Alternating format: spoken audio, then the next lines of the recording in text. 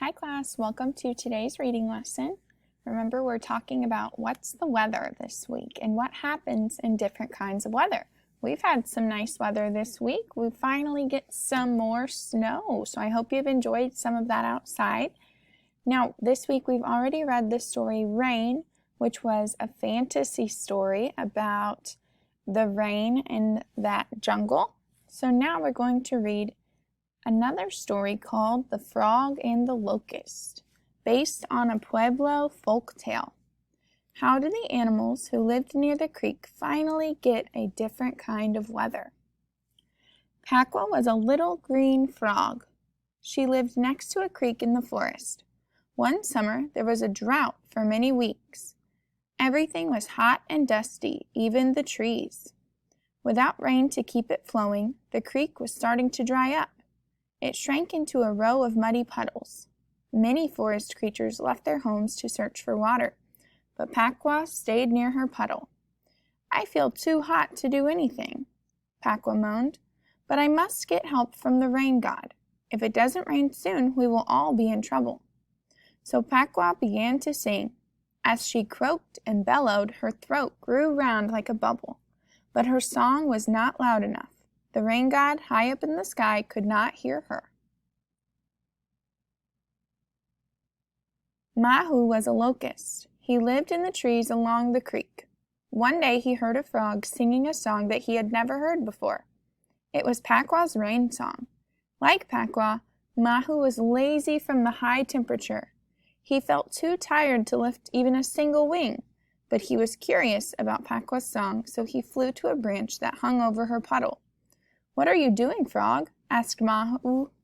"I'm singing to the rain god," answered Paqua. "I am asking him to send us water from the sky."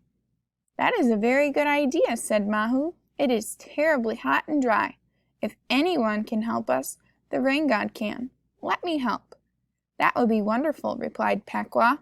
So Mahu began to sing too. He rubbed his wings and feet together and made a sound like a shaking rattle. But even together, the frog and locust songs were not loud enough to catch the attention of the rain god. Paqua and Mahu's duet made such a loud noise that other animals started to hear them. At the next puddle, another frog and another locust decided to find out what was going on. One hopped and the other flew over to Paqua and Mahu's puddle. "What are you two doing?" they asked.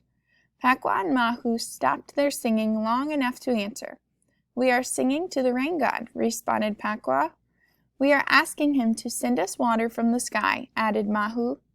Then they went back to singing. "Now isn't that a clever idea?" said the other locust to the other frog. "I predict that if we sing along, the rain god will hear all the four of us." "We're going to help you," the second frog said to Paqua and Mahu. She and the locust returned to their puddle and started singing. Back at their own puddle, Paqua and Mahu heard their song getting stronger. "I hope this works," Paqua thought. "This might be our last chance for the rain god to hear our song." Still, there was no response from the rain god. But then something amazing happened.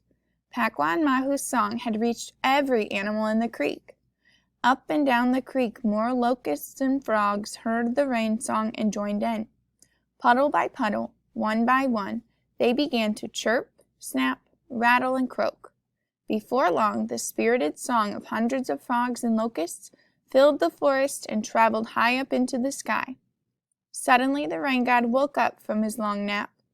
"How can I get any sleep with that loud noise going on?" he complained. Then the rain god looked down on his forest and its creatures. He saw the dusty trees, the dried-up creek, and the thirsty animals, and at once he knew that the song of the frogs and the locusts was a call for help. So the rain god gathered up his biggest rain clouds and went to work. Far below, Paqua and Mahu saw the clouds gather overhead. They felt the first drops of water, and as the storm came and rain filled up the creek, they sang with joy. The end. I want you to think about that story and what happened at the beginning, middle, and end. And I kind of want you to think about how this relates to the story we read earlier, rain. How did these two stories have a similar problem and how did it get solved?